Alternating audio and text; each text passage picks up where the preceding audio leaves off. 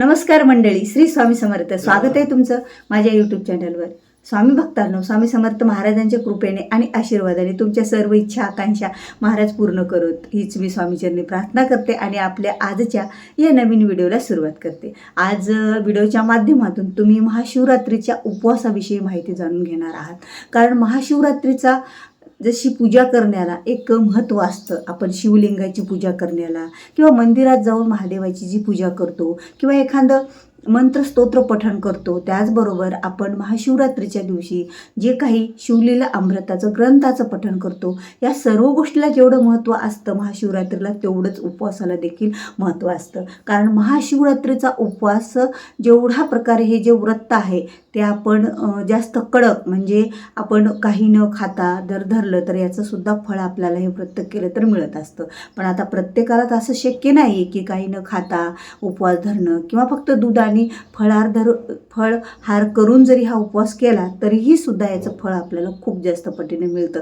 पण आता असं बऱ्याच जणाला शक्य नाही आहे की फक्त दूध किंवा दुधापासून बनवलेले पदार्थ किंवा फळ खाऊन हा उपवास धरणे. तर आपल्याला उपवासाच्या एक वेळा का होईना उपवासाचे पदार्थ खाऊन उपवास धरावाच लागतो. आता उपवास ज्यावेळेला हे व्रत करतो त्यावेळेला उपवासाच्या पदार्थामध्ये काय खावे काय नाही याबद्दलची संपूर्ण माहिती तुम्हाला या व्हिडिओच्या माध्यमातून मिळणार आहे.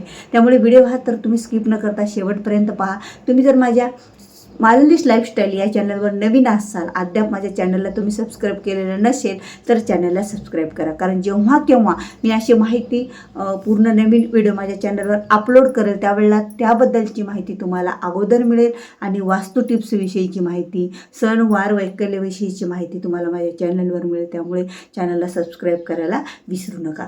तर आता महाशिवरात्री हा जो दिवस आहे तो त्या दिवसाची सुरुवातसुद्धा तेवढीच सात्विक असली पाहिजे. कारण या दिवशी जर चुकूनही मांसाहार तर करायलाच नाही पाहिजे. कारण हा दिवस म्हणजे पुण्य कमवण्याचा दिवस मानला जातो. कारण पृथ्वी तलावर शिवतत्व इतकं जास्त प्रमाणात असताना की प्रत्येक घरामध्ये, प्रत्येक ठिकाणी, प्रत्येक मंदिरामध्ये शिवतत्वाचं प्रमाण दररोजच्या पेक्षा अधिक पटीनं असतं. म्हणून तर आपण पूजा कुठेही करा, महादेवाची घरात करा किंवा तुम्ही मंदिरात जाऊन करा, शिवलिंगाची पूजा करण्याला विशेष असं महत्त्व असतं आणि त्याचबरोबर उपवासाला देखील महत्त्व असतं. तर आता या उपवासाच्या पदार्था तर असं आहे की बऱ्याच जणाला प्रश्न पडलेला असतो की उपवासामध्ये भगर खावी का? आणि बरेच जण एक टाईम भगर खातात पण, आणि बरेच जण एक वेळा तिखट पण खातात. पण बघा, आपण तिखट खाल्लं तर चालेल का? तर महाशिवरात्रीचा उपवास असा आहे ना की तो सोमवारासारखा असतो. एक वेळा तिखट खायचं असतं, तेही उपवास सोडताना. तर महाशिवरात्रीचा उपवास आपण कधी सोडत असतो तर तो म्हणजे दुसऱ्या दिवशी सोडत असतो. महाशिवरात्रीच्या दुसऱ्या दिवशी उपवास आपण नैवेद्य दाखवून सोडायचा असतो. तर आपल्याला अगोदर तिखट खायला कसं चालेल? तर तिखट तर उपवासामध्ये जमतच नसतं आणि ज्या वेळेला तिखट उपवासात चालत नाही त्यावेळेला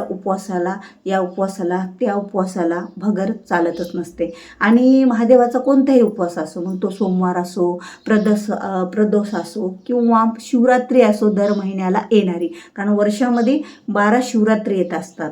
दर महिन्याला अमावस्येच्या आदल्या दिवशी शिवरात्र असते आणि ती येते. पण माघ महिन्यातील शिवरात्रीला विशेष असं महत्त्व असतं, म्हणून तर ती महाशिवरात्री मानली जाते.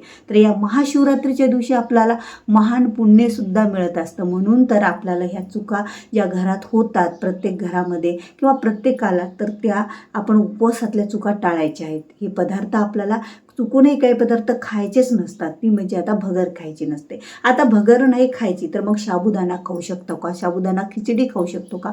किंवा गोड साबुदाण्याची खीर वगैरे काही खाऊ शकतो का? हाही प्रश्न आपल्याला पडलेलाच असतो. पण महत्त्वाची गोष्ट अशी आहे की ज्या वेळेला आपण साबुदाणा हा झाडापासूनच बनलेला असतो, त्यामुळे तो सात्विक आहे. पण साबुदाणा तयार करण्याची जी प्रक्रिया आहे ती सात्विक नाही आहे.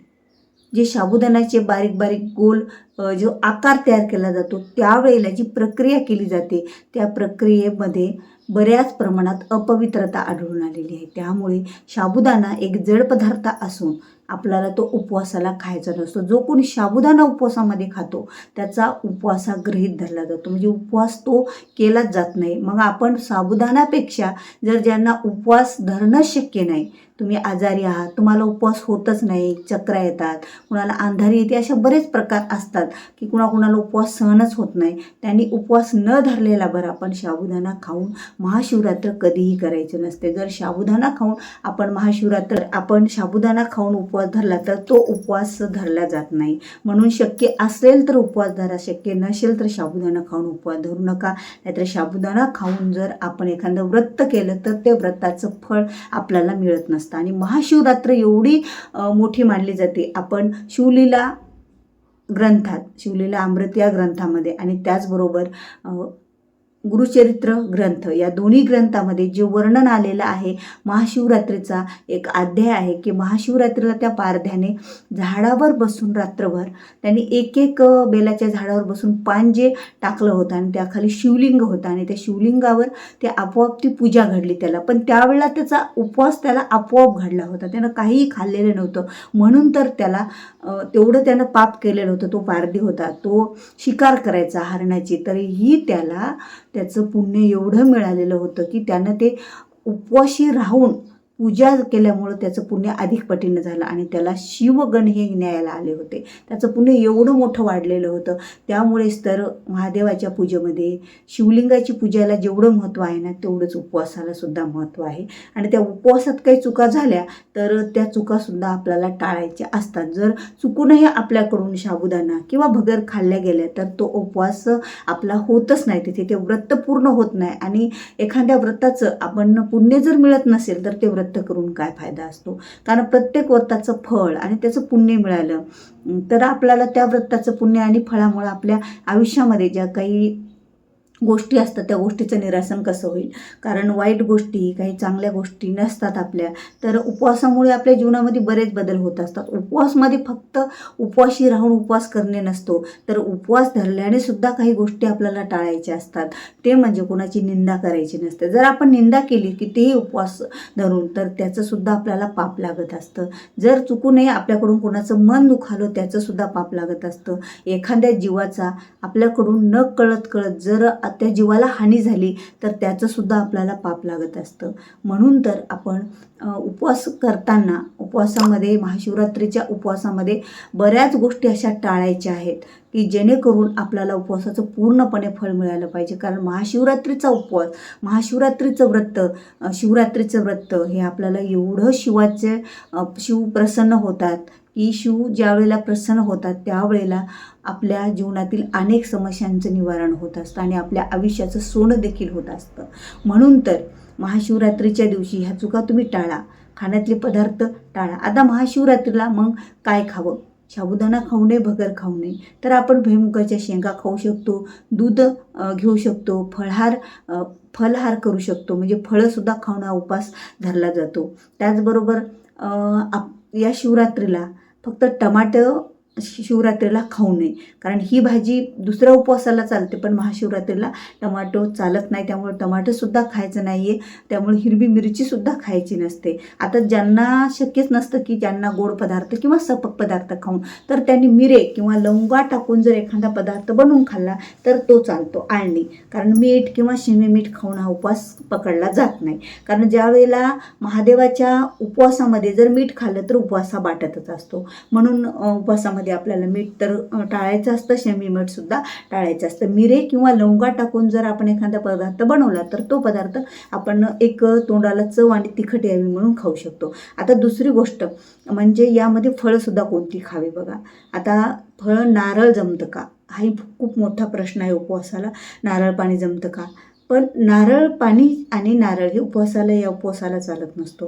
कारण नारळ जर खाल्लं तर सोमवार हा म्हणजे महाशिवरात्र जसा सोमवारसारखंच असतो तसाच वाटत असतो. म्हणून नारळसुद्धा खायचं नाही, नारळाचे पदार्थसुद्धा खायचे नसतात. बघा जेणेकरून आपल्याकडून वर्षभर उपवास नसेल धरणं होत तर काही हरकत नाही, पण महाशिवरात्रीचा जो उपवास असतो ना त्याचे कडक नियम असतात आणि त्या नियमानुसार जर आपण उपवास धरला तर आपल्याला महादेव आपल्यावर एवढे प्रसन्न राहतात, याचं पुण्य एवढं मिळतं आपल्याला की आपलं जन्मोजन्मीचे पापसुद्धा नष्ट होत असतात. एवढं ही जी शिवरात्रीची तिथी असते, तो दिवस असतो एवढा महत्त्वाचा असतो. कारण दिवस नव्हे तर ती रात्रसुद्धा खूप महत्त्वाची असते. म्हणून तर या दिवशीचं रात्रीचं जागरण, शिवाची पूजा करण्याला विशेष असं महत्त्व असतं. तर शिवाची पूजा करताना ह्या काही गोष्टी आपल्याला टाळायच्याच आहेत, काही गोष्टी आपल्याला दूर आपल्यापासून ठेवायच्याच आहेत. आता फळामध्ये म्हणलं तर आपल्याला नारळ घ्यायचे नाहीत, आपण बाकीचे फळं पूर्ण खाऊ शकतो, ज्यूस वगैरे असं घेऊ शकतो. आणि विशेष करून म्हटलं तर आपल्याला या उपवासामध्ये गाजरसुद्धा चालत नाही, या उपवासामध्ये बीटसुद्धा चालत नाही, या उपवासामध्ये आपल्याला मुळंसुद्धा चालत नाही. मग आपण बटाटे खाऊ शकतो, रताळी खाऊ शकतो, कारण रताळीसुद्धा या उपवासाला खाल्ली जातात. तर तुम्हाला व्हिडिओ आवडला असेल महाशिवरात्रीच्या उपवासाबद्दलचा तर व्हिडिओला लाईक करा, शेअर करा. चॅनलवर नवीन असाल तर चॅनलला सबस्क्राईब करा. तर भेटूया पुन्हा अशाच एका नवीन माहितीपूर्ण व्हिडिओसोबत. तोपर्यंत श्री स्वामी